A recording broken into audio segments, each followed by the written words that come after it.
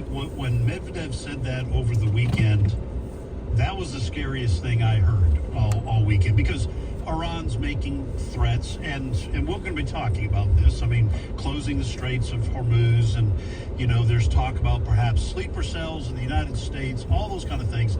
There's a lot of dangerous things that could happen. But when Medvedev said that there were nations lining up to give nuclear warheads to Iran, that was very concerning to me. I did some reading on that afterwards. An article in Business Insider said that analysts were claiming that this is garbage, what Medvedev said, because Russian disinformation. It was, yes, that it was not really credible.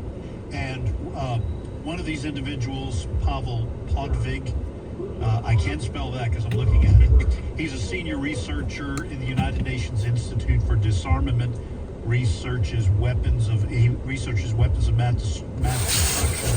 He said it's impossible in practice because nuclear weapons are not like a bomb or just something you can carry in a suitcase. He says nuclear warheads come as an entire system with people who need to be trained to keep and service them safely, as well as maintenance facilities and equipment. He also said even tactical nukes, which are more portable and produce a smaller blast, need high-level storage. He said unless you create a nuclear program or almost a nuclear program in the country, there's no way to just give your nuclear weapons to them. So that helped me a little bit, because it's very worried that someone like Korea or even China or Russia might hand off nuclear warheads to Iran, which could be used in a variety of ways against Israel or against us. But at least from what some of these people were saying, there were others quoted. But it sounded like almost a flip of the card from this guy, who's the number 2 guy in Russia. That feels like he was like, oh, well,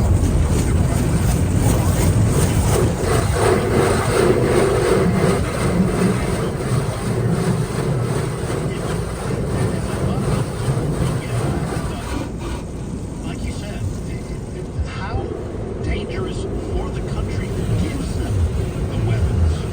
if they were to do that. If they were to do that, I don't put anything past Mossad, the intelligence branch for Israel. If that were done, to find out exactly who did Sure it they would. and who had handed these over, and then if Iran uses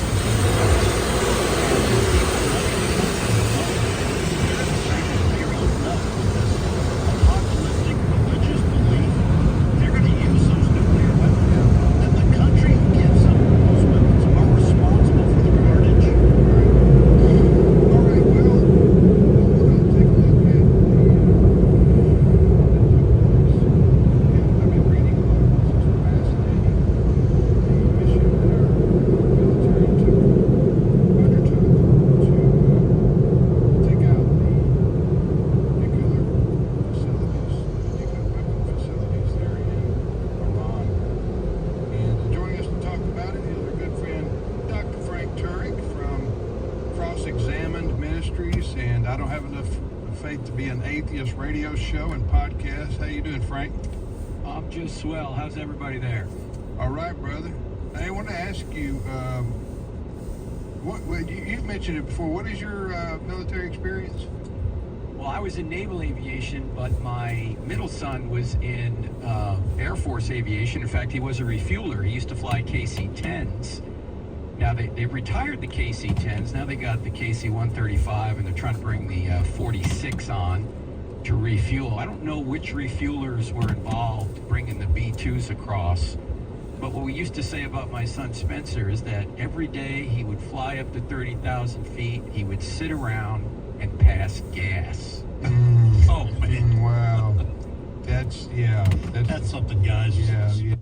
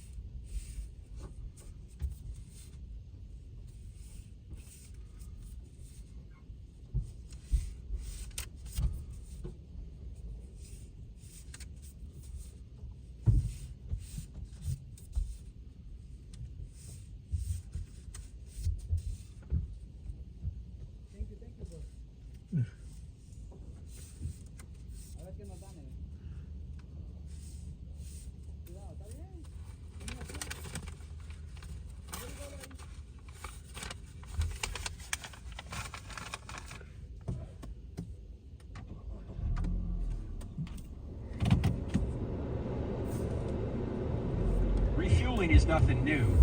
In fact, if you've got to take any of these planes across the pond, as we say it, especially the fighters, they need to be refueled along the way quite a bit.